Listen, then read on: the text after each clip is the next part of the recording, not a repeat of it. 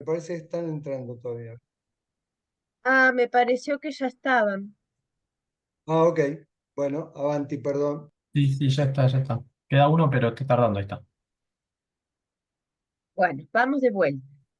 Buenas tardes, buenas noches para algunos. Bienvenidos al seminario del Departamento de Enlaces de este año. Como siempre, voy a anunciarles lo que va a ser nuestra próxima clase, que va a ser el 5 de mayo. Lleva por título Un individualismo. Van a presentar en esa ocasión Graciela Schnitzer, Romina Martínez, y va a ser su comentario Fabián Fanguas. Antes de que me olvide, le voy a pedir a los que son participantes del ICDEVA que se hayan anotado en este seminario para tener los créditos, que por favor pasen su presente en el chat, ¿sí? Ponen su nombre y apellido indicando que son alumnos del ICDEVA. La clase de hoy va a estar dedicada al tema de la vigencia del discurso del amo. Y Carla Leonardi tuvo una especie de equívoco en las redes cuando vio el anuncio y dijo, se preguntó si era vigencia del discurso del amor. Y Ujú. bueno, algo de eso. Hoy van a participar con nosotros Lucas Simó, los voy a presentar luego por lo que va a ser el orden de aparición. Yo voy a hacer el argumento, Lucas Simó va a ser la viñeta. Lucas es psicoanalista en Mendoza, es miembro de la CEP, que es la Asociación Cuyana de Estudios Psicoanalíticos, y es asociado a la EOL de la Delegación Mendoza. Aníbal Lecerre va a hacer el comentario, ya lo conocen, pero por si acaso les cuento. Aníbal es AME de la EOL y de la MP, ha sido AE entre el 96 y el 99, y yo me voy a permitir decir que también es escritor, porque ha escrito mucho, varios libros de psicoanálisis y también escribe ficción. Me gustaría nombrar algunos, sobre todo porque algunos de sus libros van a venir muy a cuento del próximo ENAPOL. Por ejemplo, tenemos un libro de Aníbal que se llama El niño no es un hombre. De los cuadernos de ICDEVA está su lectura sobre la nota sobre el niño. Y también, bueno, El deseo del analista, una cuestión de horizonte, y sobre todo el libro que voy a mencionar, que es el que vamos a trabajar hoy, que yo tomé la primera clase, La hidra neoliberal, psicoanálisis, política y época. Tiene además, como les decía, algunos libros de ficción, como Contra el destino y La chica que le sonreía a los perros, que es una novela que me ha gustado mucho. Bueno, sin más, voy a hacer yo entonces mi argumento y empezamos con la clase. Vigencia del discurso del amo es el tema que propusimos con la comisión de enseñanza para la clase de hoy. Entiendo que se refiere a poder pensar cuál es su vigencia, si la hay, en la clínica de la civilización contemporánea. Les decía que voy a retomar hoy el libro de Aníbal, la hidra neoliberal, porque encontré en ese libro una respuesta a modo de hipótesis. El discurso neoliberal sería el discurso amo contemporáneo. Eso siempre y cuando consideremos a ese discurso neoliberal como la nueva versión del discurso capitalista. Es decir, que si el discurso capitalista es una mutación del discurso del amo y el neoliberalismo es la versión actual del discurso capitalista, es decir, como capitalismo reordenado, como dice Lacan, que es una expresión que Aníbal retoma, la propuesta de Aníbal es que puede entonces funcionar como el discurso del amo. Preguntarse por la vigencia del discurso del amo, que es el del inconsciente, conduce también, a mi gusto, a que nos preguntemos por la vigencia de este último, es decir, la vigencia del inconsciente, y entonces también por las condiciones de posibilidad del psicoanálisis. Con este planteo, nos pusimos a conversar con Lucas, una cosa llevó a la otra y terminamos hablando de amor. En ese itinerario, entonces, fui a buscar la consabida cita de Lacan sobre el capitalismo y el amor. La encuentran en Hablo a las paredes, en donde Lacan comenta que el discurso del amo vivió en el mundo de manera provechosa para todos, hasta que, y ahí lo cito, en cierto desvío se convirtió en el discurso del capitalismo, que Marx completó, dice Lacan, al darle su sujeto, el proletario. Y agrega después Lacan, ¿no? Lo que distingue al discurso del capitalismo, es decir, lo que lo distingue del discurso del amo, es la Verwerfung, el rechazo hacia afuera de todos los campos de lo simbólico con las consecuencias que dije. Supongo que las consecuencias a las que se refiere es que lo rechazado en lo simbólico retorna en lo real. Sigo con la cita entonces, ¿no?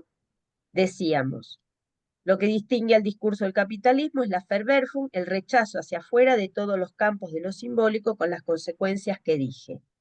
¿El rechazo de qué? Se pregunta Lacan. De la castración. Todo orden, todo discurso que se emparente con el capitalismo deja de lado lo que llamaremos simplemente las cosas del amor. Hasta ahí la cita que solemos repetir, pero Lacan sigue luego de hacer punto y aparte. Dice, por eso, 2 siglos después de este deslizamiento, la castración hizo su entrada impetuosa bajo la forma del discurso analítico. El discurso analítico hizo entrar la castración que había quedado rechazada por el desvío que el capitalismo produjo en el discurso del amo. A mí se me armaron las cosas del siguiente modo. El discurso del amo antiguo con el amo y el esclavo. El discurso del amo moderno con el capitalista y el proletario.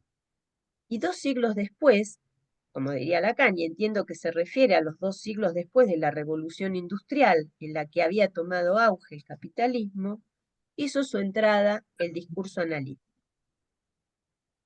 Creo que ahí tenemos entonces 2 cuestiones. El discurso del amo, que tiene la misma estructura del inconsciente, que el inconsciente, recordarán, ¿no? Un significante que representa un S1 a un sujeto para otro significante S2, con la producción como pérdida de goce, que es el plus de goce, es decir, el objeto A. Tenemos por un lado entonces que el discurso del amo tiene la misma estructura que el inconsciente, y por el otro lado, esto que Lacan propone, que el discurso del psicoanálisis se presenta como el en vez del discurso del amo.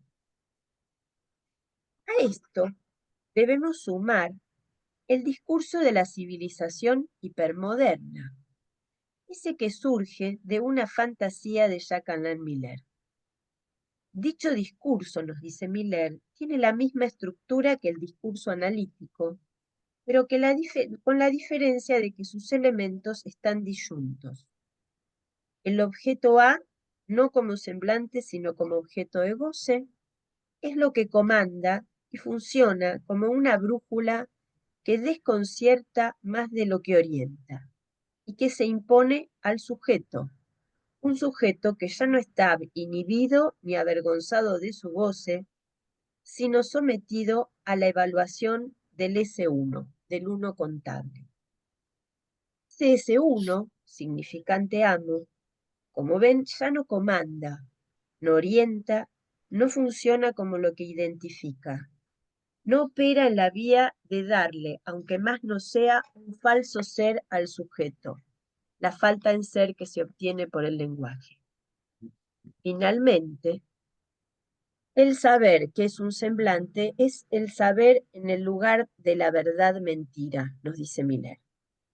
Como ven, así como el discurso del amo tiene la misma estructura que el discurso del inconsciente, el discurso de la civilización hipermoderna pareciera tener la misma estructura que el discurso del analista.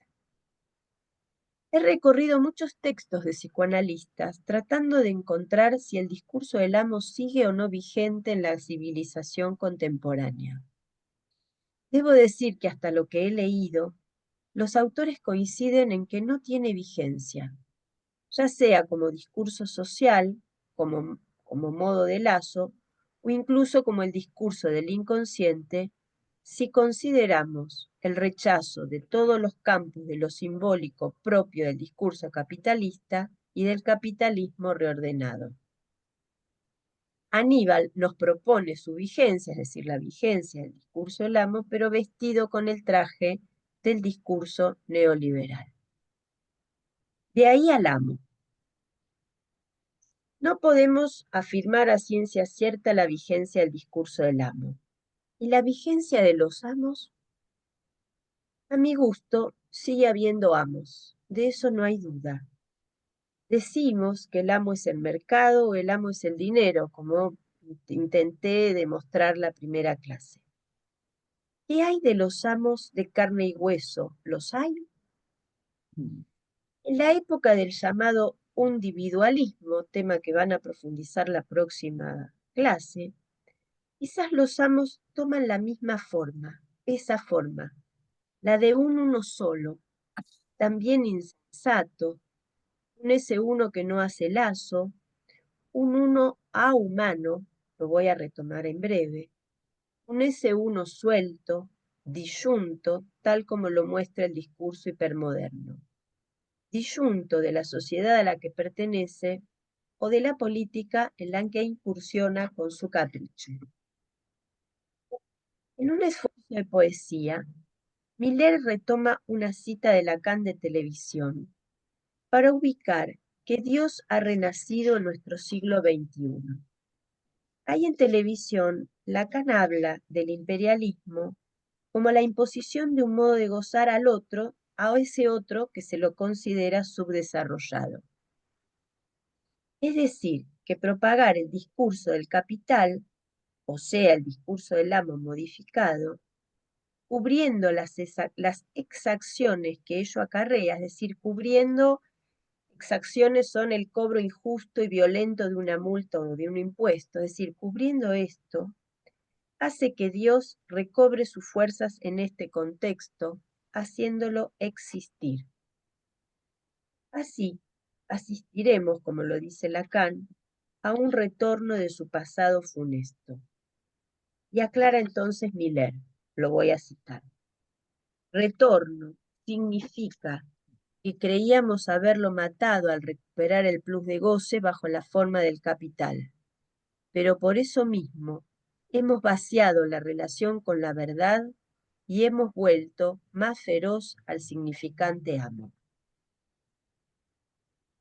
Último punto, entonces, metonimia del amor. El llamado por Lacan rechazo de lo simbólico, con el discurso de la civilización hipermoderna, ha recrudecido. El orden simbólico no es lo que era, y constatamos que se diluye la lógica binaria, se borran las diferencias que sostiene el orden simbólico, y se pasa de la pareja de los significantes al enjambre de los S1 solos, los unos solos. Eso implica un predominio de la metonimia por sobre la metáfora. El año pasado trabajamos este tema cuando abordamos la literalidad en el lenguaje que daba cuenta de esto. Debemos sumarle, entonces, como veníamos viendo, la proliferación de los objetos de goce como el orden del mundo. Este movimiento es observable en la enseñanza de Lacan mismo, en su modo de conceptualizar al inconsciente. Así que me pregunto, ¿es que el discurso del amo perdió vigencia en el ultimísimo Lacan? ¿Es ese el desencanto del psicoanálisis que requiere un esfuerzo de poesía? En la conferencia que diera Cristina Albertí en la clase inaugural de este año del guión 3, ella planteó que vivimos en una época en la que hay poco lugar para las cosas del amor y del sexo. También que es la época de las reivindicaciones contemporáneas del derecho a, que promueven un régimen de igualdad absoluta de los sujetos. Esa igualdad, nos decía, y la voy a citar, tiende a conducir a cada uno a un principio de intercambiabilidad, al registro del otro, que se reduce al registro del uno. Nuestra época responde a un falso humanismo que es un humanismo asocial. Por otra parte, tenemos también el nuevo cogito contemporáneo que aisló Miller. Soy lo que digo que soy, cuyo efecto es el de esencializar al sujeto, darle esencia, ¿no? Reforzando la ilusión de la identidad puramente verbal. El efecto que esto produce, por un lado, es la irrealización de los sujetos en un doble sentido. La irrealización del sujeto en la articulación significante, pero también la pérdida de consistencia del cuerpo hablante. Asistimos entonces a la ilusión de una partición identitaria del goce que prevalece sobre la diferenciación de los goces, que es la única que puede dar cuenta de lo más singular de un ser humano. En esa esencialidad del soy lo que digo, el amor también se vería afectado. Hemos aprendido que en el amor hay una demanda de ser. En la demanda de la palabra de amor, en el dime que me amas, está implícito el dame un ser. Como dice Miller, y es el título de una entrevista suya, amamos a aquel que responde a nuestra pregunta, ¿quién soy yo? Entonces nos podríamos preguntar nosotros, ¿cómo amar a aquel que responde a mi pregunta si ya tengo la respuesta? Aquella metáfora del amor que Lacan supo leer, la del amado que se vuelve amante, en donde el que tiene hace la experiencia de ser al que le falta, esa metáfora del amor se pierde. Quizás, podemos discutirlo, se haya vuelto hoy una metonimia del amor, en un momento de la civilización en el que el ese uno no representa al sujeto ni lo identifica. La castración es rechazada y los objetos plus de goce colman la falta en ser con su exigencia de gozar. Bien, yo ahora voy a pasar a darle la palabra a Lucas Sino para que nos presente su viñeta. Gracias, Blanca. Revelación de un mundo. Dos personas me han hecho la misma pregunta. ¿Para qué sirve la poesía? Yo les he dicho, bueno, ¿para qué sirve la muerte? ¿Para qué sirve el sabor del café? ¿Para qué sirve el universo? ¿Para qué sirvo yo? ¿Para qué servimos? Qué cosa más rara que se pregunte eso, ¿no? Es una extracción del diálogo que sostiene Jorge Luis Borges con Osvaldo Ferrari justamente en Sobre el amor. Si Borges supo decir que era rara cierta pregunta respecto a la utilidad de la poesía, no sería absurdo considerar con el mismo tenor la pregunta, aunque por demás interesante, formulada de un analizante respecto al amor, por lo cual resulta pertinente comenzar a interrogarse por la intención y el uso del verbo intransitivo sirve, que en su lacónica definición se lee ser útil para algo. Es lo suficientemente obvio interpretar aquello como un sintagma propio de la época, donde cada momento de la existencia tiene que devenir necesariamente en útil, formulación de la que se valió el filósofo coreano Byung-Chul Han para dar cuenta de su tesis expresada en La sociedad del cansancio, donde ubica aquello como consecuencia de la autoexplotación, producto de un empuje despiadado de rendimiento, donde no hay lugar para la contemplación, la reflexión y el ocio, propio del hombre de la modernidad tardía. Es posible encontrar el germen de aquello en los comienzos de la modernidad, que trajo aparejado lo que se define como desencantamiento del mundo, y que es preciso interpretar como la expulsión de lo sagrado, proceso que comienza al interior de la religión y continúa a partir de la razón técnica del capitalismo, la que implica un abandono de cualquier valor que compita con el de la utilidad, donde el desencantamiento se realiza como un proceso histórico por el cual el mundo, perdió misterio para los seres humanos, quienes pasaron a concebirlo como algo posible de conocer, predecir y manipular. Presentada de este modo, la modernidad implicó una paradoja en tanto que, al mismo tiempo en el que liberó las ataduras feudales, encadenó la existencia de estructuras burocráticas y por sobre todo la insoportable banalidad de la vida cotidiana, sin proveer al hombre de una condición trascendental, de un contacto con la experiencia de lo que normalmente se denomina como lo sagrado.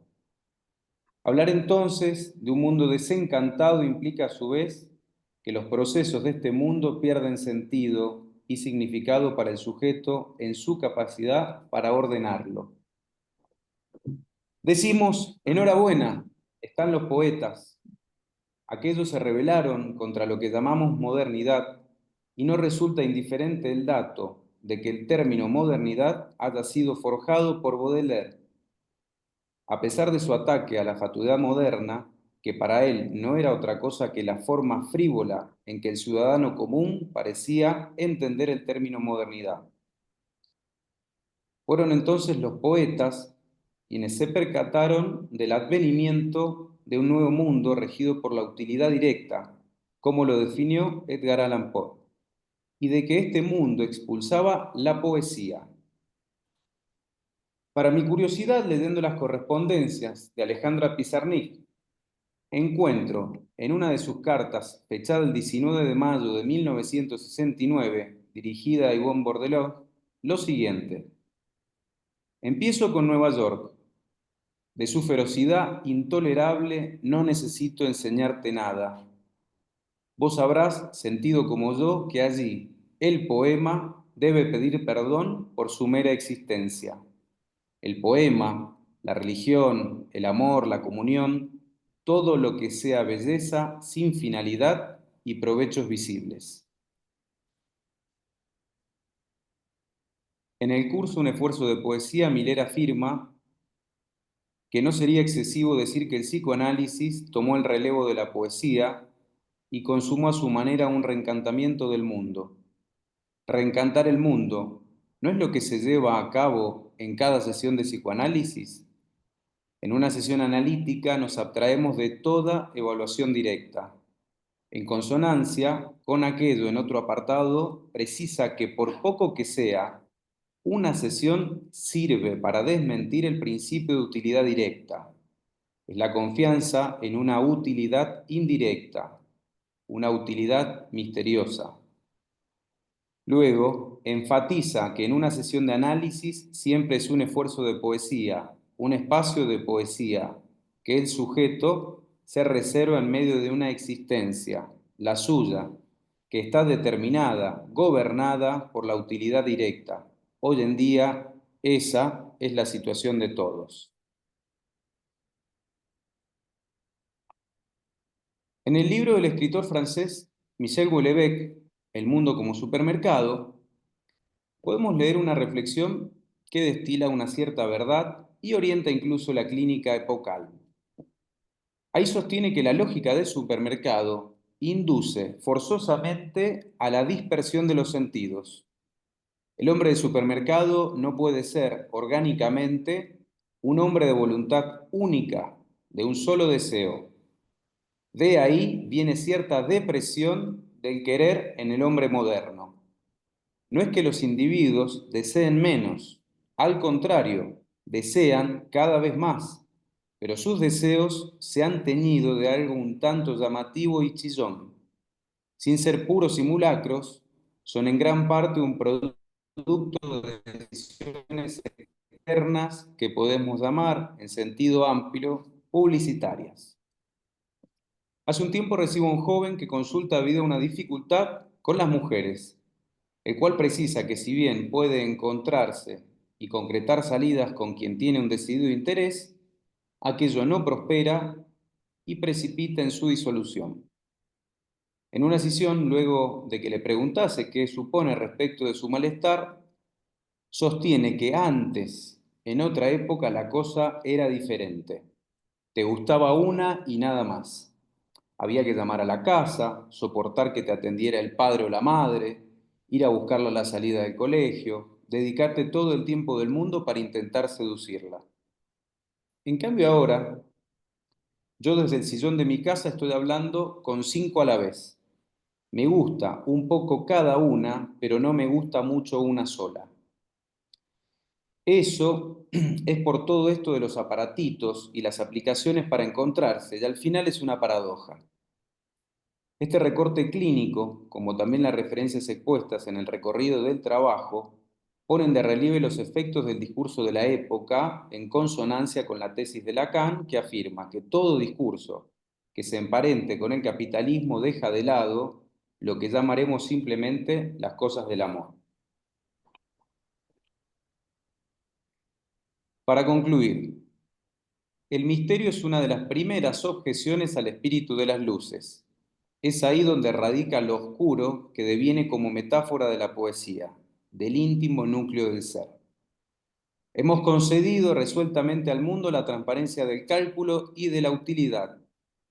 Reencantar el mundo con el psicoanálisis. ¿Será restituir también al mundo su poesía? ¿Con qué condición es practicable la vida de Freud? ¿Acaso lo es hoy? ¿Podrá serlo mañana? Esta es la cuestión. Quizá la suerte del psicoanálisis esté ligada a la de la poesía. Bien, hasta ahí. Bueno, muchísimas gracias, Lucas.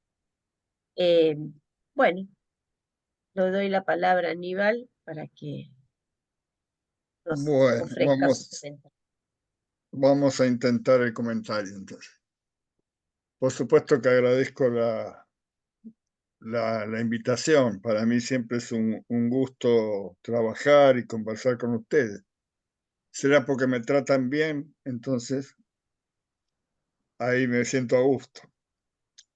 Bueno, hemos escuchado dos trabajos. El comentario lo voy a hacer de forma inversa, es decir, voy a plantear primero algunas cuestiones sobre lo que recién escuchábamos de Lucas, Simón, y después lo de Blanca.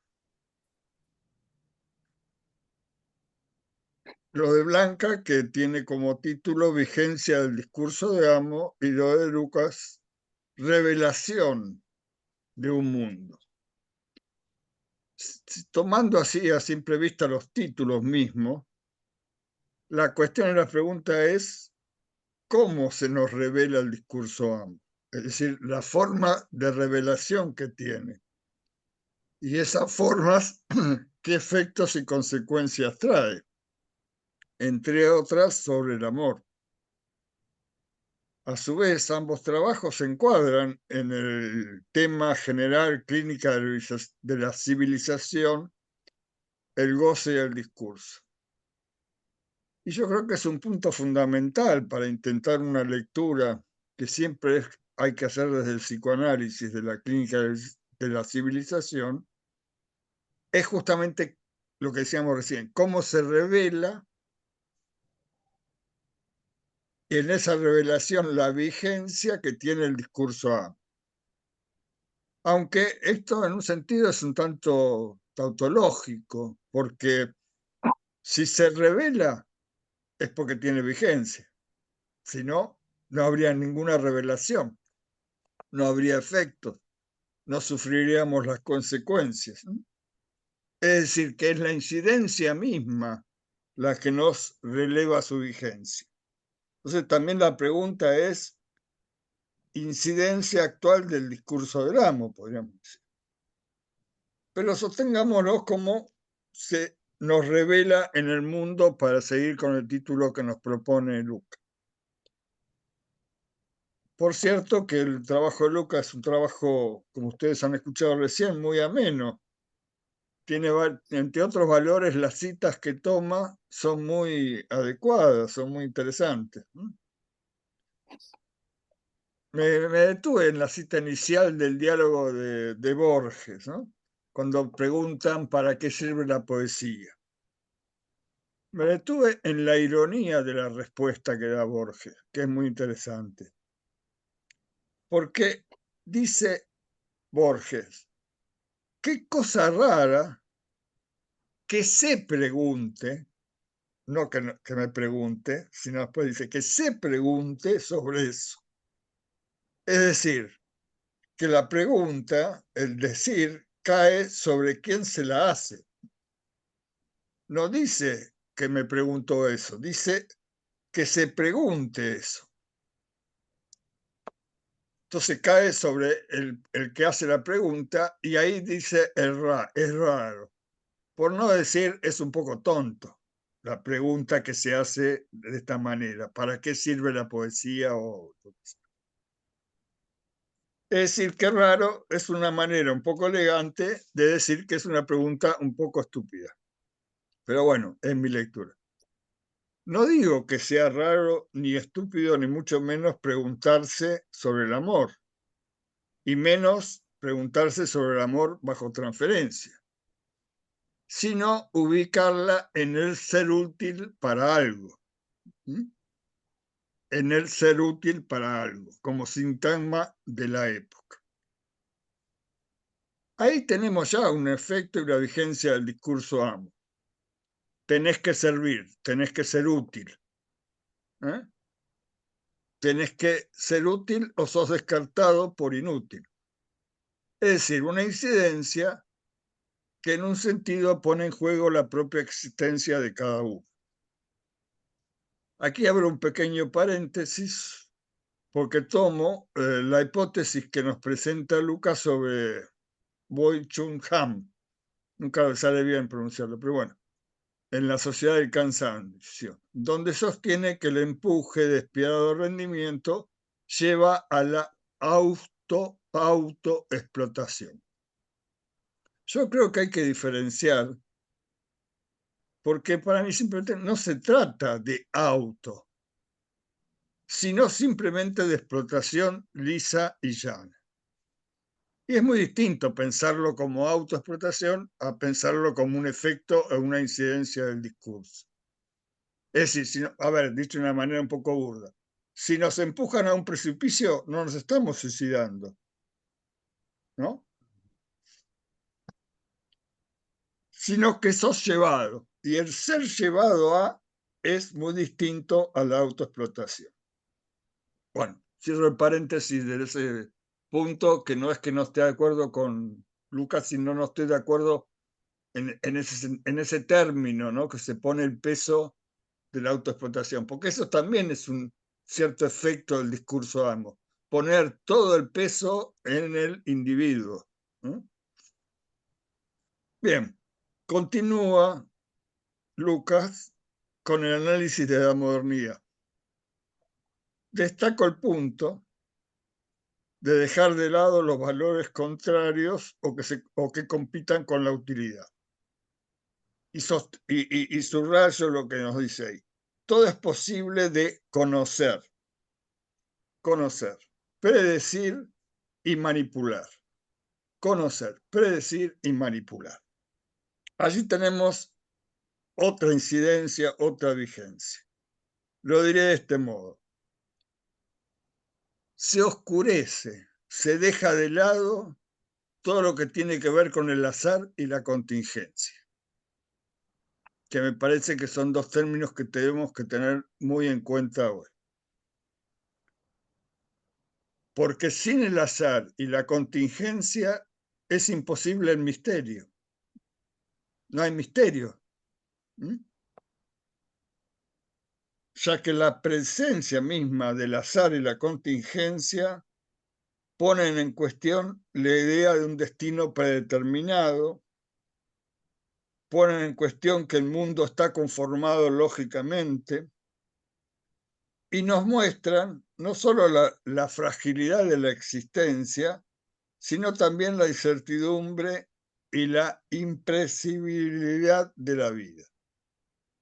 Borges mismo, para seguir con este autor, ubicó al azar como una fuerza omnipresente que da forma a la vida y al mundo.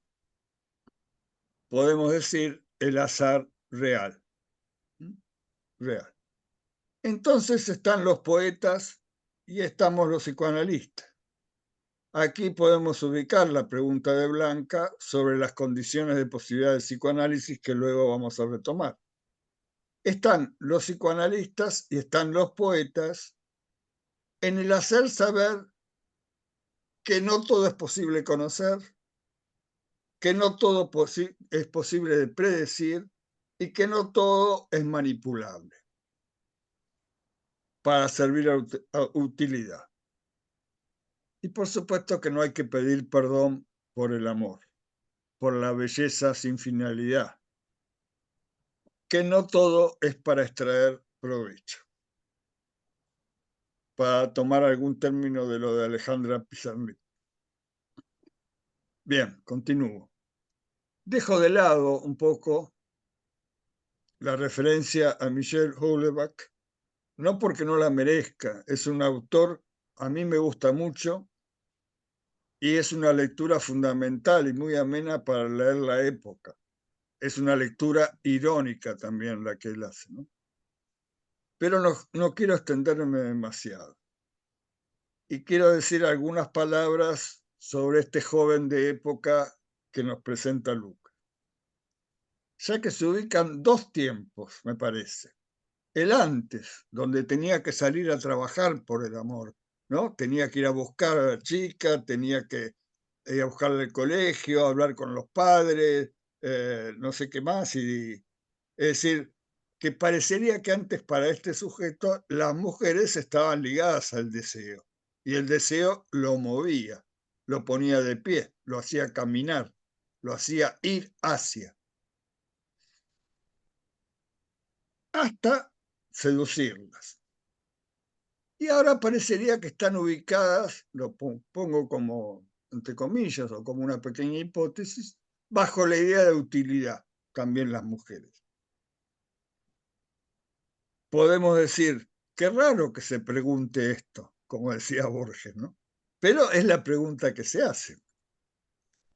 Ahora lo tienen sentado, como dice, frente al aparatito y se plantea una paradoja. Se plantea una paradoja del discurso capitalista. Lo deja sentado ante las cosas del amor. Recordemos que el discurso capitalista, el significante amo se despersonaliza en la lógica del mercado. Pero por eso no pierde vigencia, todo lo contrario.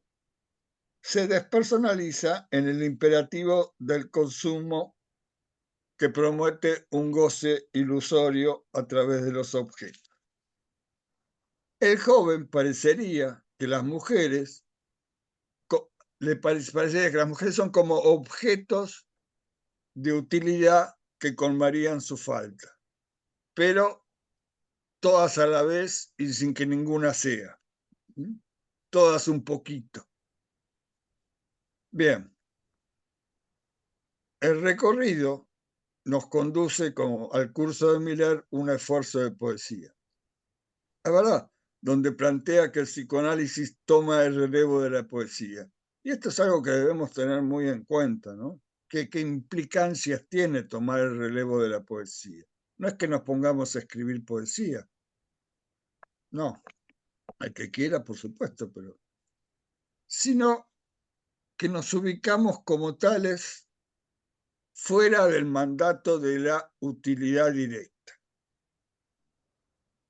Nos ubicamos en la contingencia del encuentro, en el azar, etc. La sesión misma sirve para desmitir, como se citaba, el principio de utilidad, que es la situación de todos, para todos. Entonces, insisto, de allí la importancia de considerar tanto el azar como la contingencia en la clínica actual, en la clínica contemporánea. Son, digamos, parte fundamental de la dirección de la cura analítica hoy.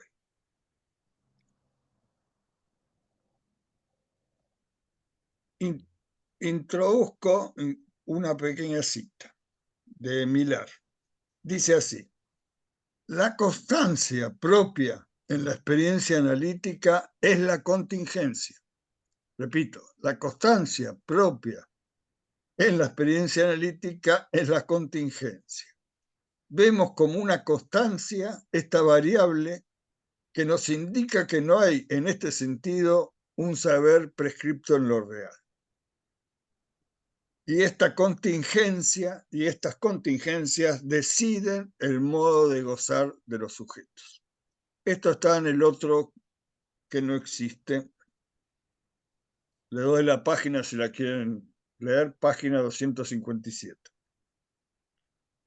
Por lo tanto, podemos afirmar que el encuentro analítico es un acontecimiento singular y único, marcado por la contingencia, y a la transferencia que está atravesada por el azar. Y podemos decir algo totalmente similar para el amor.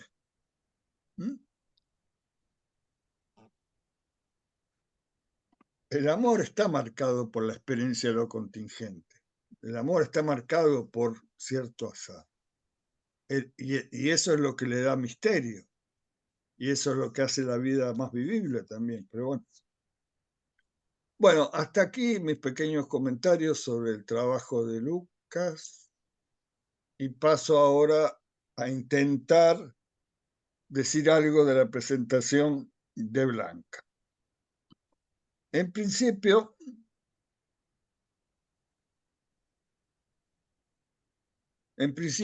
le agradezco la lectura que hace de la hidra neoliberal.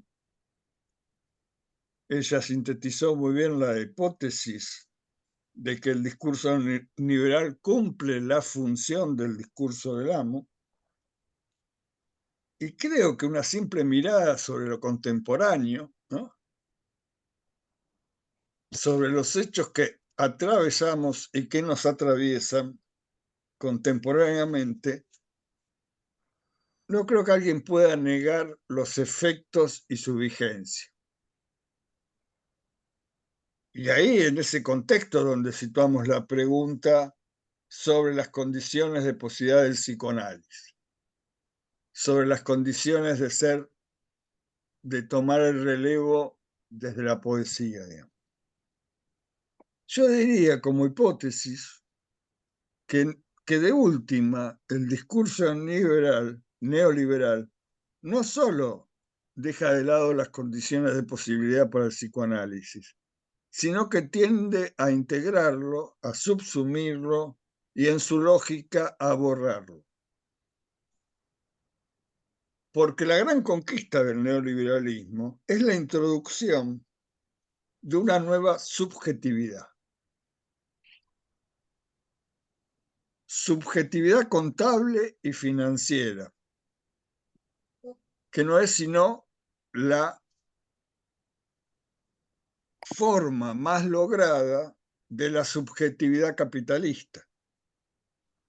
Se trata, de hecho, de producir una relación del sujeto individual homóloga a la relación con el capital, consigo mismo, digamos, esa relación homóloga del capital consigo mismo. Una relación precisamente, lo podemos decir así, del sujeto con él mismo como capital humano. Capital humano. Esto lleva a que toda dinámica social se reduzca a la producción económica como un único dogma del pensamiento contemporáneo, reduciendo el mismo y las acciones que solo tengan validez tan solo si mantienen vigente la acumulación del capital en un marco donde se valoriza por encima de todo la competencia. Entonces, yo no creo que sea exagerado sostener la hipótesis de que en la actualidad esta lógica apunta a una radicalización sin oposición a la única razón del mundo. Es decir, que el neoliberalismo, no, o sea, como Leibniz, que planteaba un mundo posible entre otros, sino que el neoliberalismo representa un único mundo posible. Un único mundo posible. Ahora, ¿es posible detener esta lógica una vez que se ha instalado? ¿El psicoanálisis mismo puede detenerla? No sé, no creo, pero pienso que más bien tiene que ser poeta en ese sentido, seguir buscando que el discurso analítico genere sus propias condiciones de posibilidad. No esperar que te las generen, sino generarlas. Condición de existencia, existir como poesía, existir sosteniendo el azar. Como dice Lacan, el azar nos lleva a diestra y siniestra. Bueno, en un sentido, dejarnos llevar por eso, por el azar.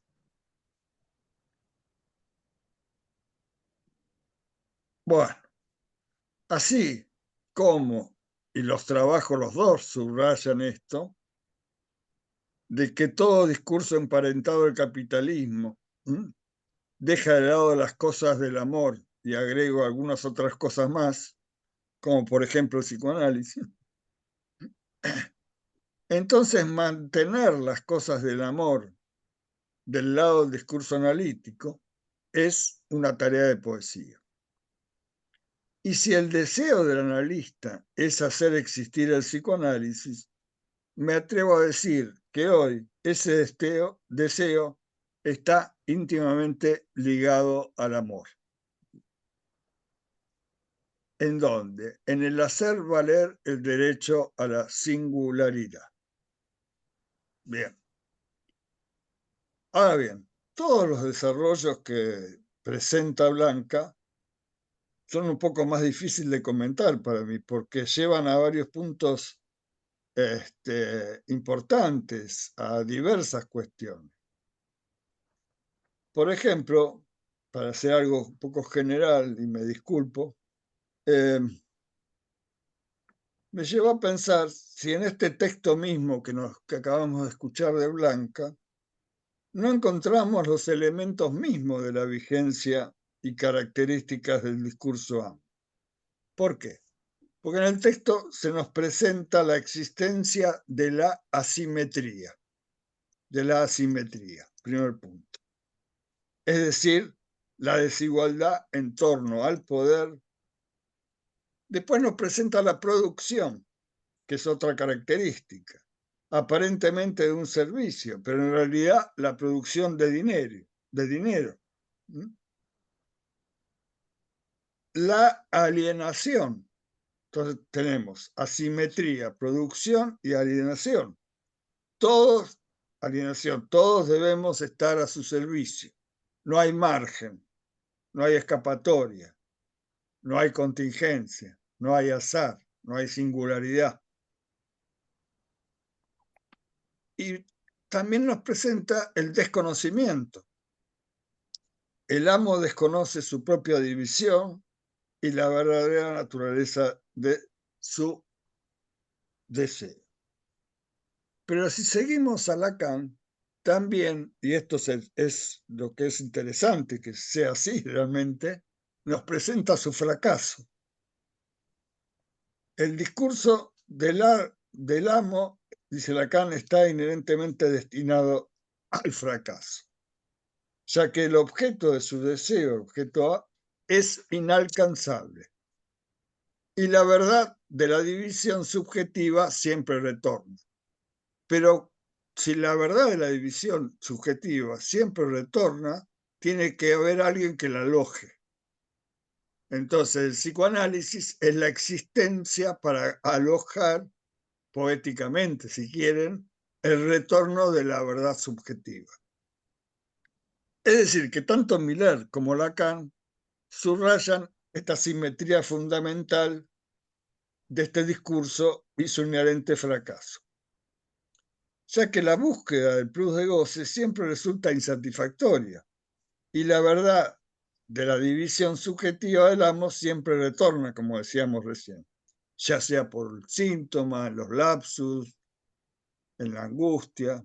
Podríamos decir también que retorna en el amor. Sí, creo que podríamos afirmar eso también. Creo que Miller, y esto es lo que destaca Blanca, introduce ciertos énfasis, ciertos desarrollos en su lectura del discurso del amo. Y creo que lo hace desde la lógica del semblante. Esto es algo más milleriano que lacaniano, introducirlo desde la lógica del semblante.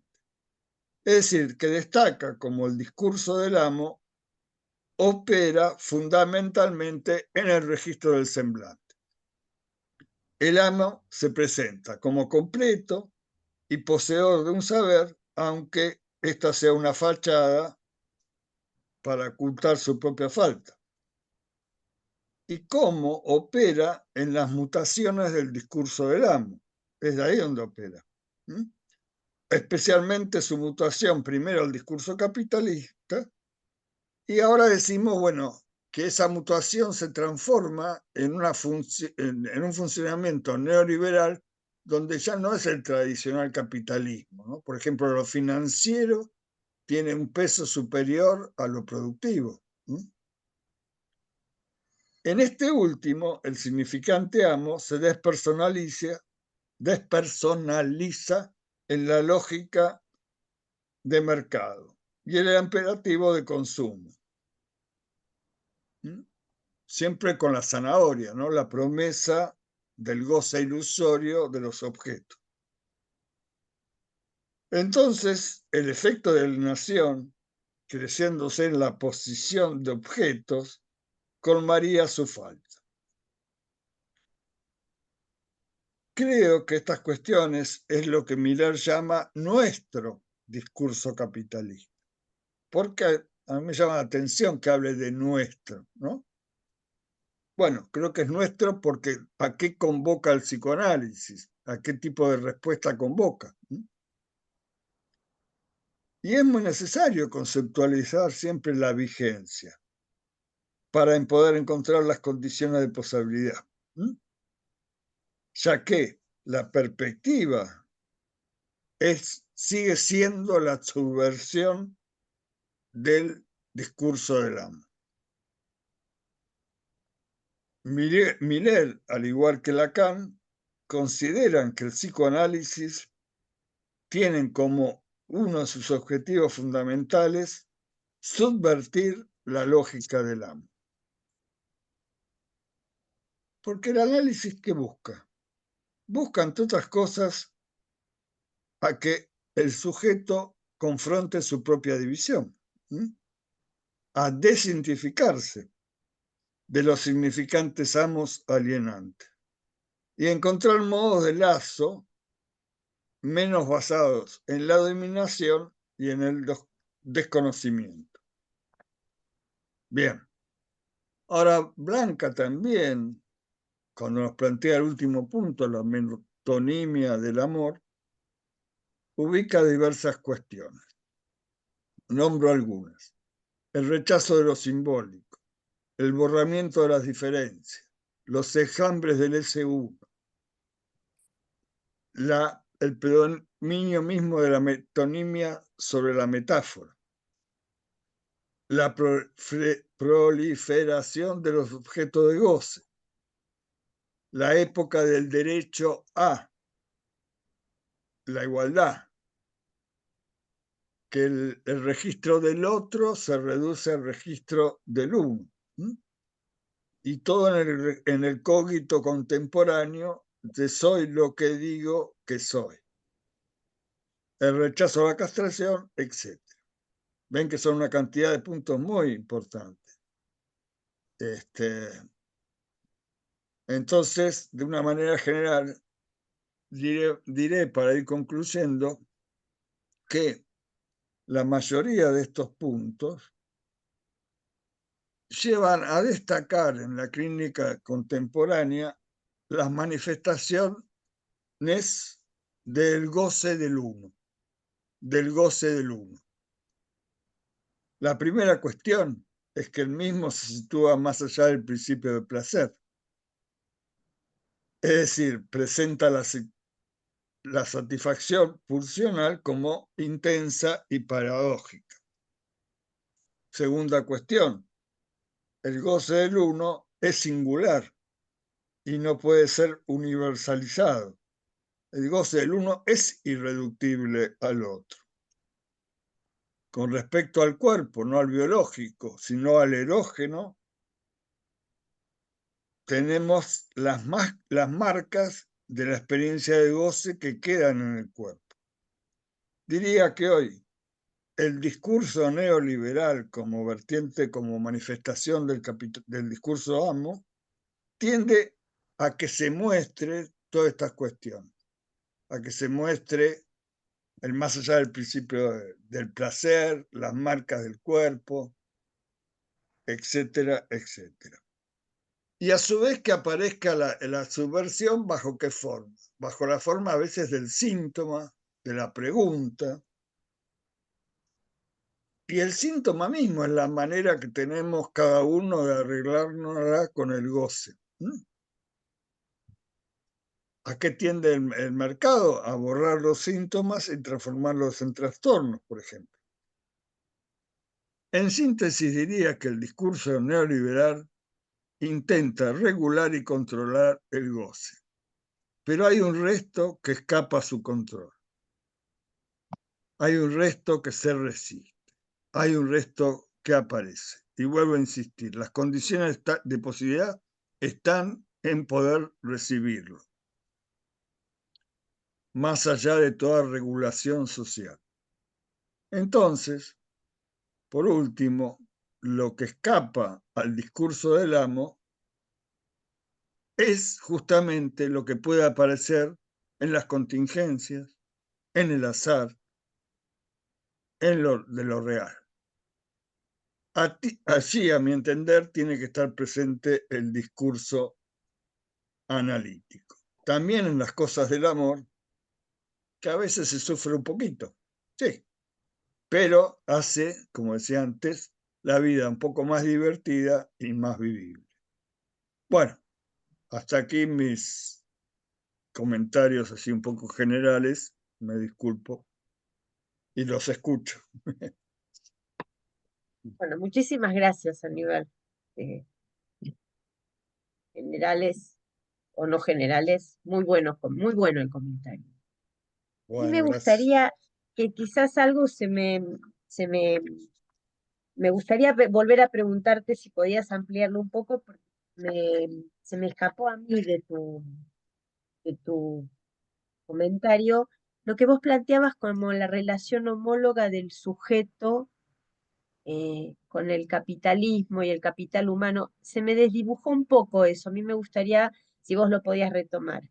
Lo otro es que debo decirte que me sentí casi como interpretada y estuvo muy bien, porque yo quería demostrar la vigencia del discurso del amo, porque pensaba que había una vigencia y todo eso que leía no lograba encontrar algo que La me vigencia. demuestre esa vigencia, salvo tu libro, ¿no? Por eso ponía, ¿no? Salvo tu libro. Entonces, cuando vos lo leo como una interpretación en el sentido de no, la vigencia va a estar dada en cómo eso se revela. Me parece que eso que vos traes hoy fue decirme, bueno, mira, quizás no la vas a buscar con alguien que te diga la vigencia del discurso del amo es tal, sino que está dada por eso que vos ubicabas como los modos de revelación, ¿no? Entonces me parece que en eso me contestaste a esa búsqueda que me tendría que haber quedado solo con tu libro. ¿Para qué haber leído todo eso si no, sí? O Ah, bueno. esperar a hoy y que vos me demuestres la vigencia que fue bueno, transmitiste con el comentario, ¿no? Solo esas dos cosas, hay un montón de cosas más por ahí que me gustaría poner a conversar, pero sobre todo volver a preguntarte por esa relación homóloga, porque vos introducís ahí la subjetividad, ¿no? La subjetividad que produce el discurso neoliberal y me parece que es lo que más nos importa a nosotros para poder encontrar esos puntos, ¿no? Donde se escapa, ¿no? Ese goce que se escapa, ¿no? Digo, no sé si, eh, nada, eso me gustaría. No sé, Lucas, si vos Sí. querés. Sí, también. No sé si vos, Aníbal, preferís decir algo respecto de eso No, no, Y prefiero escuchar un poco y después hablamos. bueno, tres cosas que me parecieron también interesantísimas de la lectura que vos haces del texto, ¿no? Revelación de Aníbal, podría decir. Una tiene que ver con esto que vos formulás, ¿no? Con este desplazamiento de la autoexplotación a la explotación, porque justamente en relación al amo, lo- lo- al menos lo escuché de esa manera que lo decías, está la servidumbre, ¿no? Tiene que ver con eso, no es una cuestión de obligación. Esa torsión me pareció exquisita, ¿no? Cómo se pone en juego justamente ahí la servidumbre. Recordaba la imagen, ¿no? De ese cuadro muy conocido de Peter Bruegel, de la parábola de los ciegos, ¿no? Donde vas seis ciegos caminando. Vos tomás la metáfora de las personas que van caminando y bueno, y si saben que van a caer al precipicio. Bueno, ¿cómo da algo de eso justamente, no? Son todos ciegos que van a caer a un agujero y está la servidumbre, digamos. Nadie hace algo diferente para correrse de eso. Entonces, ¿cómo leer también esto? No a partir de una obligación, de una sujeción, sino más bien de una servidumbre en relación a ese discurso. Por otro lado, en la viñeta clínica, cuando lo decís muy bien, en otra época este paciente podía encontrar algo ahí del orden del deseo y cómo tenía que moverse, cómo tenía que trasladarse, cómo estaba inquieto y bueno, para ir en búsqueda de... Y ahora, en esto de cierta facilidad, ahí donde el objeto era una causa, ahora deviene como el objeto en relación a una utilidad. Y eso en una imposibilidad para ir al encuentro con, ¿sí? Lo que se precipita finalmente, o lo que no está, o para decirlo de otro modo, lo que brilla por su ausencia ahí es el deseo, ¿no? Y todas las repercusiones que eso tiene. Porque la pregunta que vos te hacías es, bueno, ¿cómo se revela la cuestión del amo en el mundo de hoy y qué consecuencias tiene? Creo que de alguna manera el trabajo de Blanca recorre las consecuencias que eso tiene y la viñeta también. Y me interesa también que pudiéramos conversar un poco, bueno, qué hacer, ¿no? Desde nuestro lugar con esas consecuencias, ¿no? ¿Cuál es la posición del analista hoy, ¿no? ¿Cómo nos las tenemos que ver justamente con esto?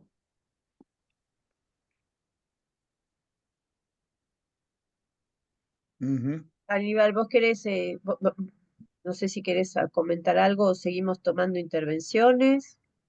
Como quieran. Bueno, a ver, comento un poquito para si no a lo mejor se acumulan demasiado. Ujú.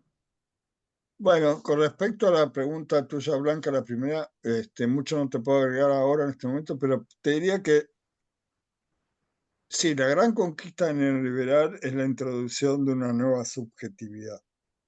Esa nueva subjetividad trae aparejado, digamos, que la persona se identifique al capital, casi se identifique al objeto de intercambio o al objeto que tiene que producir, ¿no? Entonces, ser útil es producir capital. ¿Mm? Y a veces a pesar de sí mismo. Podemos hacer una lectura política si quieren, pero no vamos a entrar en las consecuencias que tiene para un país las interpretaciones que da la gente a eso mismo, digamos. Pero bueno, no me quiero ir por la rama. Esto se engancha con lo que planteaba un poco Lucas y le gustó, parece, la cuestión de no poner el énfasis en la auto, sino en la explotación misma. Y trae aparejado algo que es verdad y que es un gran problema que se liga con la servidumbre voluntaria. La servidumbre voluntaria. Sí, tiene que haber un consentimiento, un cierto consentimiento para que esto funcione. tiene que haber un consentimiento del sujeto para ubicarse como capital, por ejemplo. El cuadro de los ciegos, sí, es una buena alegoría, pero ¿quién te tapa los ojos? ¿No? La servidumbre es aceptar la venda en los ojos, en un sentido. Pero se acepta porque nos presenta también facilidades paradójicas, ¿no? El caso mismo del muchacho este, está bien, es una facilidad paradójica, una facilidad que lo tiene ahí sentado. Y no sé si se pregunta qué hacer, porque lo que hace es mantenerse sentado. Vos corregime, Lucas, pero por el momento. Pero por lo menos se pregunta por qué no puedo sentir de nuevo por una, ¿no? Ahí el todas, el capital, todo, la utilidad, le está taponando eso. En lugar del psicoanálisis, para decirlo en esta línea, como decía antes, es recibir, etcétera, etcétera, y en un sentido, hacer saber que tenemos los ojos tapados, no aceptar la servidumbre, tener la posición de en vez, de reverso. No, esto no es así, ¿no? Entonces, la manera es a nuestra manera. Bueno, por ahí no tiene una incidencia de masas, no, pero hay que mantener esa puerta abierta, porque si no, no sé, no, deja de existir la cuestión. Si no lo hacemos existir, obviamente deja de existir. Bueno, son generalidades, pero esto es más o menos lo que ambas preguntas me llevaban. No sé si me quedó algo de Blanca, pero bueno. No, Seguimos. menos mal que leíste otros libros, porque si no, uno solo no va. No, bueno, pero finalmente todos los caminos conducen a Aníbal. Oh, Este, a demasiado. ver, hay dos intervenciones, una de Pablo y una de Alejandra Loray, así que en ese orden Bueno, vamos.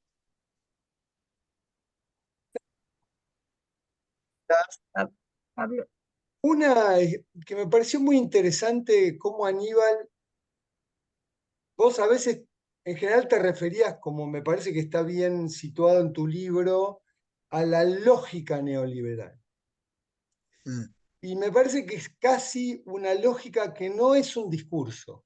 No sé si diría que se trata de un discurso, pero vos ubicabas como, de todos modos, en ese imperio de las manifestaciones del goce del uno, atrapando y recibiendo los fracasos de esas características del goce del uno, el psicoanálisis mantiene una posición de subversión, ¿no? Bueno, reintroducir algo de la división, de la desidentificación, de las marcas del goce, en fin, ¿no? Y con todas las condiciones de posibilidad para que aparezca algo de lo singular que no tiene nada que ver, que va a contrapelo de lo actual. Y me parece que ahí, en esas subversiones de ese alojamiento, se lo transforma, aunque sea por la vía del fracaso, en un discurso, ¿no? Digo, hacer fracasar esa lógica lo transforma en un discurso que fracasa. Le da estatuto de discurso. Me parecía que hacía como esa operación, ¿no? Y en eso mantener algo en la dirección de las cosas del amor, del derecho a la singularidad, sostener la contingencia, el azar. El misterio estaría en la línea de un esfuerzo de poesía en el psicoanálisis mismo, como me parece que presentaba Lucas. Por otro lado, pero me parece que va en la misma línea, me parece que me dio la impresión cuando leí los trabajos que el título de Blanca le pone como una lógica, como un título a la viñeta de Lucas, Metonimia del amor. Y en ese sentido me parece que hay una vía para esa subversión del psicoanálisis que no es la vía de la metonimia, ¿no? ¿Cómo hacer con la disimetría, producción, alienación, desconocimiento? Y me parece que es por la vía de la metáfora. Recordamos, o la ironía, o el sinsentido. Es una vía bastante poética. Recordamos la línea por la que va Lacan para pensar la interpretación hacia el final de su enseñanza. Y es una vía en donde acude a la poesía. Es decir, no va a ser por la vía del sentido metonímico, es por la vía de romper algo ahí, que me parece que por más poética, metafórica que sea, restablece algo de la dignidad de un discurso, ¿no? Que incluye necesariamente la metáfora. Es verdad que estamos en un tiempo muy metonímico y eso se ve en la relación al objeto algorítmico de las aplicaciones. Me parecía interesante eso de oponer la metáfora. Lo hemos trabajado en cómo la caída de la metáfora toca cuestiones eh, del uso del lenguaje, ¿no? De cómo los jóvenes entran en esa lógica, la llamo lógica, de una metonimia del juego, de no leen nada, de lejanos mucho más de la poesía, ¿no? Pero esa relación al objeto metonímico. Y me parecía que hay una relación ahí entre el esfuerzo de poesía. Hoy la poesía me parece que estamos más lejos de la poesía que nunca, ¿no? En esta contemporaneidad cultural, por llamarla, en esta producción de subjetividad, como lo llamamos. Bueno, por ahí me parecía que había dos vías que se articulan para pensar cómo subvertir, pero a la vez demostrar esa incidencia, esa vigencia de un discurso que aún puede tener alguna. Y por ahí me parece que entra el inconsciente. Hacemos existir de vuelta, ¿no? Algo del inconsciente. Algo así, entendí Sí. de los trabajos y tu comentario. Alejandra. Me pensaba un poco en relación a los trabajos y al caso la viñeta que trae Lucas, que a partir del comentario, ¿no? Y un poco que va en la línea de esto que Blanca planteabas al comienzo con la cita de Lacan, de lo de eludir la castración, porque digo, parecería que hay algo en este hombre joven, no sé, que digo, la oferta infinita e interminable, lo deja sentado en el sillón, digo, lo que no hay es nunca ¿cómo decir? Eh, a lo que se renuncia, a lo que se pierde cuando es una. Antes salí y buscaba una, ¿no? Me parece que hay algo que para todos es la ilusión bueno, eso uno lo escucha todo el tiempo, ¿no? Las infinitas citas que no es ninguna. Entonces, digo, me parece que es como ver los efectos de este rechazo a la castración en todos los vínculos, ¿no? Me parecía, vos también tomabas algo de esto de la metáfora del amor que toma Lacan, y digamos, como algo de eso no se produce, ¿no? Este, no lo Porque si entendí. se produjera la metáfora del amor, él saldría de la comodidad del sillón, uno podría decir, tomando las palabras de Aníbal, ¿no? Sería el que Claro. sale a buscar algo que le falta. Y eso no se No, produce. claro, no, y además por el efecto, ¿no? Me parecía muy claro como lo planteabas de la relación a partir de esta cita que vos traías, ¿no? Entre la castración y el amor, cómo queda, eh, qué sé yo, más bien del lado de una colección de citas eh, que de una apuesta de jugarse con alguna o alguno. Digo, esto no pasa en general, cualquier orientación y preferencia y posición sexuada, ¿no? Eh, en este sentido, quizás yo lo pensaba cuando decías la utilidad, ¿no? ¿Cómo entra la utilidad? No lo entendía mucho. Tal vez es como queda un poco ¿cómo decir? Colgado de la optimización de la elección, que la elección sea la mejor, la más conveniente, ¿no? Siempre habría una manera, no. Por eso te quería preguntar sobre lo de ¿por qué lo veías esto como del lado de la utilidad? Lo habías leído, Aníbal. Bueno, nada, por ahora nada más. Me encantaron los tres. Muy para pensar, los tres presentaciones. Bien. Tendría que decir enseñante porque es una palabra que siempre en estas instancias es muy enseñante. Bueno, a ver, acuerdo con los dos comentarios, ¿no? Es decir, creo que no hay que plantearse, Pablo, que no hay que plantearse como antinomia, lógica y discurso. Creo que no lo haces de esa manera. Hay que ver cómo la lógica produce discurso y el discurso sostiene la lógica, ¿no? En una relación de este tipo. Así que estoy totalmente de acuerdo con, se desliza la cuestión entre metáfora y metonimia, ¿no? Es una época metonímica, donde siempre está por aparecer, siempre está por satisfacer, siempre está por ver, siempre está por escuchar, siempre, etcétera, etcétera. Y la metáfora es un corte, la metáfora tiene que ver con el azar, tiene que ver con la contingencia. El amor es una metáfora, donde se pone en juego la castración para tomar el comentario de Alejandro. Y es verdad que en el caso mismo que presenta Lucas, una es enfrentarse a la castración. Había que seducirla, ¿no? ¿Cómo seducirla? No lo sabe, tiene que... Y todas no hay castración ahí vigente, hay un deslizamiento. Porque hay que tener en cuenta, me parece, el amor lacaniano nos plantea el tema del amor en los tres registros. Y hay que dilucidar eso, porque inicialmente todo amor se presenta bajo el registro imaginario, ¿no? Bajo el dominio de la identificación del yo. Es decir, que uno proyecta en el ser amado un complemento que deseamos. Ahí está la falta en juego.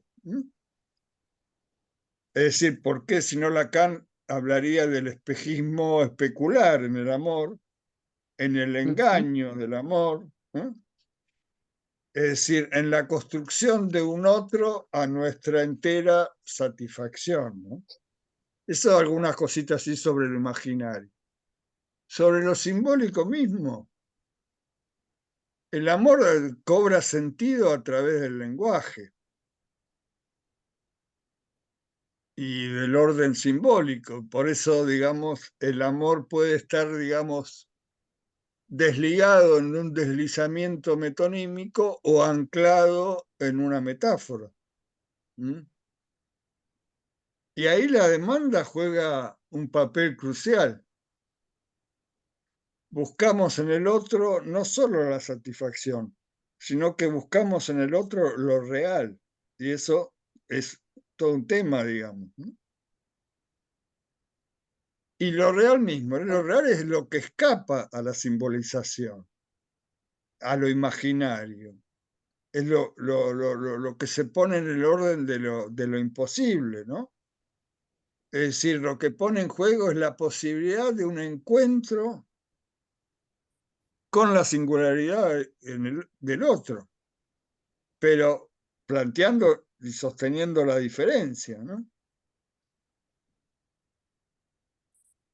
En fin. Sí, el amor intenta colmar la falta, inevitable, pero inevitablemente tropieza con lo real. Es decir, ahí tenemos la idea de malentendido, que Lacan plantea muy bien, ¿no? Es decir, ¿qué es eso? Malentendido, que es imposible la unión y comprensión completa. Entonces, siempre va a haber que dar lugar, no es que la falta se colma con el amor, la falta se pone en juego con el amor y te pone en juego ahí. Ujú. Es decir, bueno, por ahí me extendí un poco, pero los comentarios me llevaron a pensar cómo diferenciamos con los registros la cuestión del amor. Mm. Me parece que la cuestión de la época y de la pluralidad, bueno, pensando en el chico, digo un chico, no sé por qué, el paciente Sí. en el sillón, con todas las varias citas así virtuales, ¿no? Digamos que la oferta infinita permite sostener el engaño y velar más lo real. No le impide la angustia, porque va a consultar, no sé si por esto o por qué, pero digo, algo no le queda cómodo, pero permite más suponer esquivar lo real, o hacerse el distraído, ¿no? Bueno, no es esta, será la otra, estas 5 podrían ser. No es Sí. las figuritas, ¿viste? ¿Qué sé yo? Cambiás 2, no sé, juego de cartas. Sí, o una especie de Frankenstein que va a tomar de cada una lo poquito que le gusta para armar una. Claro, Eso lo que por ahí hay una que que tiene arma todo. todo eso, ¿viste? Bueno, Entonces, me parece, eso la inteligencia artificial te lo permite. Vos podés construir una relación virtual con claro, alguien completo, entre comillas. Pero justamente la castración sería la posibilidad de aceptar que va a encontrar alguna que no va a tener todo, que algo le va a faltar. claro. ¿No? Creo que Está la coleccionándolas angustia, tiene ¿no? la Digo, ilusión de Sí, porque algo, el amor está intrínsecamente ligado a la falta humana. El amor está ligado o es un intento fracasado o un intento que fracasa, y cuando fracasa de la buena manera tenemos claro. el amor, de encontrar la completud en el otro. Mm, Entonces, mm, sí, siempre cuando decimos el paso del enamoramiento al amor, ¿no? Como una cierta pérdida. Hay una pérdida de qué? De la idealización. ujú. El enamoramiento te produce una idealización, pero la cosa como va, como estamos, se va complicando un poquito, que yo te dije esto, que no te lo dije, que por qué no venís a casa, etcétera, etcétera. En fin, cosas Con la que pasan. inteligencia artificial eso no me pasa, mira. Pero Eso lo no que te pasa en pasa. el fenómeno actual es que no sé si por lo menos lo que yo escucho es que hay algo anterior que es que no se logra esa idealización. Parece Ah, que, puede ser, puede ser. ¿no? Está difícil, ¿no? Que se idealice así al otro para enamorarse, Sí, ¿no? Escucho cierta dificultad en la clínica en ese punto. puede Que ser, no sí, sé si sí. no es No, puede ser efecto del discurso de la época, me parece, pero hay cierta Su- dificultad ahí, ¿no? supongo que sí, que sí. Bueno, estaba muy bien la escucha de Carla Leonardi cuando leyó la vigencia del discurso del amo como El la amor, vigencia del discurso del amor. Y me tal parece cual. que la cuestión Mm, de la reintroducción de la metáfora puede ser una clave para la vigencia del discurso analítico, para hacer de Es una. eso una cuestión de subversión de discurso. Eso me Exacto. parece, sigo pensando en eso. Sí, sí, Tenemos otra. totalmente de acuerdo. Ujú. Pensaba en Bien. una Eve cuestión. Juárez. Perdón, Lucas y después Eve, vamos. Pensaba en esta cuestión que interpreta en esta viñeta clínica Aníbal y cómo queda ahí justamente como algo más del orden del consumo, ¿no? Obstaculizando la vida del encuentro amoroso, particularmente en este paciente, que ahora podría decir que no sé si se ha salido de la fila de los ciegos, ¿no? Pero una pregunta interrumpió y ha puesto en pausa esta búsqueda empedernida a partir de las redes, que fue simplemente si, bueno, ¿qué estás tan apresurado, ¿no? Tan tomado por esta búsqueda frenética en relación a querer encontrarte con una mujer? Y fue un efecto sorpresa. Digo, ni siquiera, es decir, que produjo, quizás vamos a ver, algo de eso que le permite a él desmontar este mundo como supermercado, ¿no? Ir eligiendo cómo meterse y poder elegir a mujer y de ahí que vengan otra cosa, que me parece que justamente es un poco lo que nosotros podemos hacer. Cuando yo me pregunto, bueno, cuál es la posición conveniente para tratar algo de esto. Y pensaba, ya que yo he traído la poesía, y ustedes recordarán que hay dos textos, porque esto que escribe Pizarnik lo escribe en el año 69, y me voy a quedar en la década del 70, porque después tenemos un cuento hermosísimo y fabuloso que también se puede leer a la luz de la época, que es Instrucciones para dar cuerda a un reloj, de Cortázar, que está en Historia de Cronopios y Fama, que justamente lo ubica cuál es la relación, ¿no? Donde uno cree tener el reloj, finalmente aún no lo tienen, ¿no? Uno es poseído por... Y lo mismo en algún punto se puede leer en el poema de Borges de Las Cosas, que también es una publicación del 69 en el libro Elogio de la Sombra, ¿no? De la posición de alguien que está en relación con los objetos. Entonces pensaba cuál es la posible salida por eso y quería leer brevemente un poema de Alejandra Pizarnik que justamente se llama La palabra que sana. Si hay algo en relación a la palabra que puede, ¿no? Venir a sanar. ¿Cómo hacer pasar algo de ese malestar por lo desfiladero del significante, ¿no? Que alguien puede ponerle palabras y no seguir en la metonimia del consumo, tratando justamente ese agujero. Y dice ahí, esperando que un mundo sea desenterrado por el lenguaje. Alguien canta el lugar en que se forma el silencio. Luego comprobará que no porque se muestre furioso existe el mar, ni tampoco el mundo.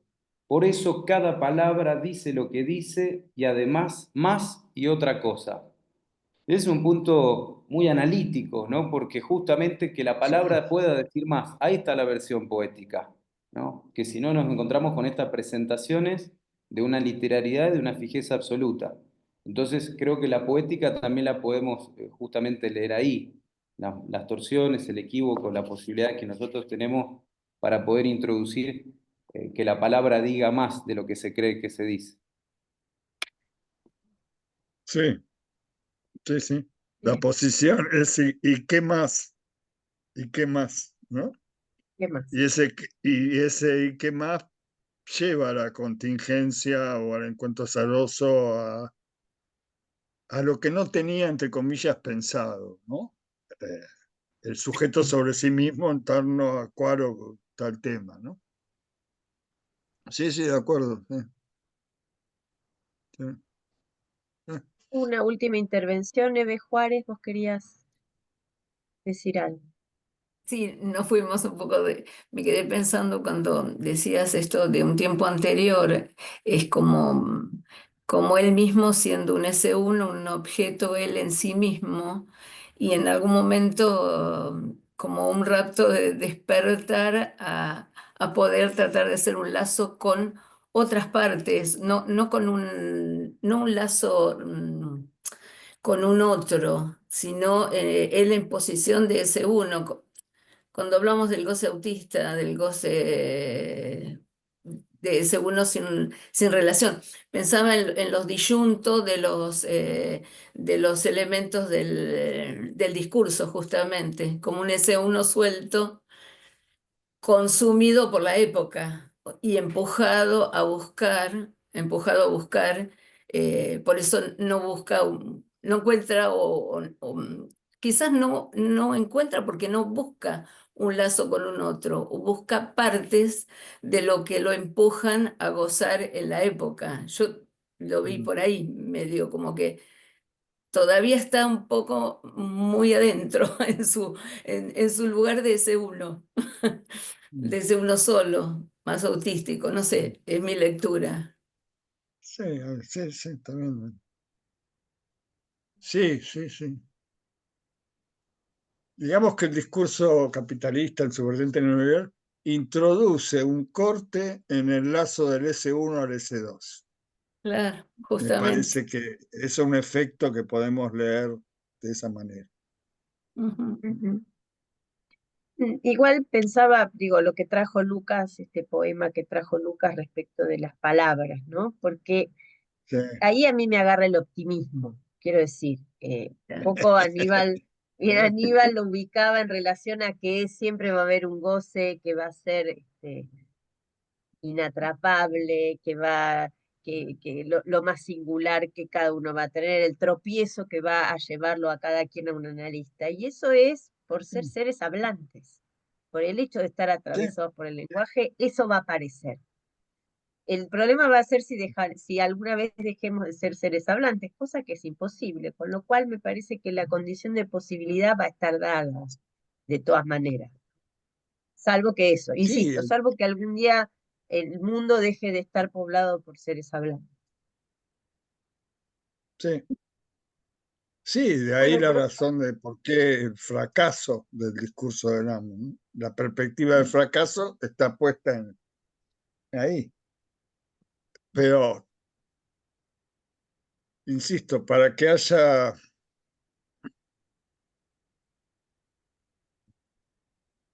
ese fracaso tiene que haber la recepción, digamos, que el discurso analítico siga presente en esta vida, digamos.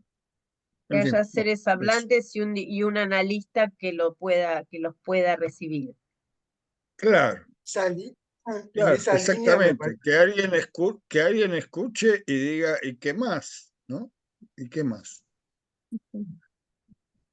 Pero ahí seríamos, me parece, ¿no? Agentes de reintroducir algo del misterio, es decir, de la dimensión de la metáfora, es decir, del fracaso de todo discurso.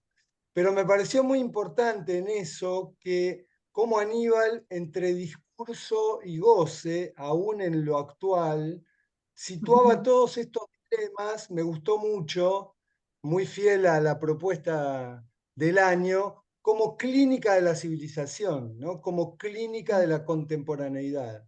Me parece Sí, que eso nos permite un aval, un sostén para seguir pensando que vamos en que tenemos una cierta línea de preguntas vigentes para testear esas incidencias, esas vigencias, esas consecuencias y cómo leer o acoger lo que fracasa en esto hoy. Muchas gracias por eso también.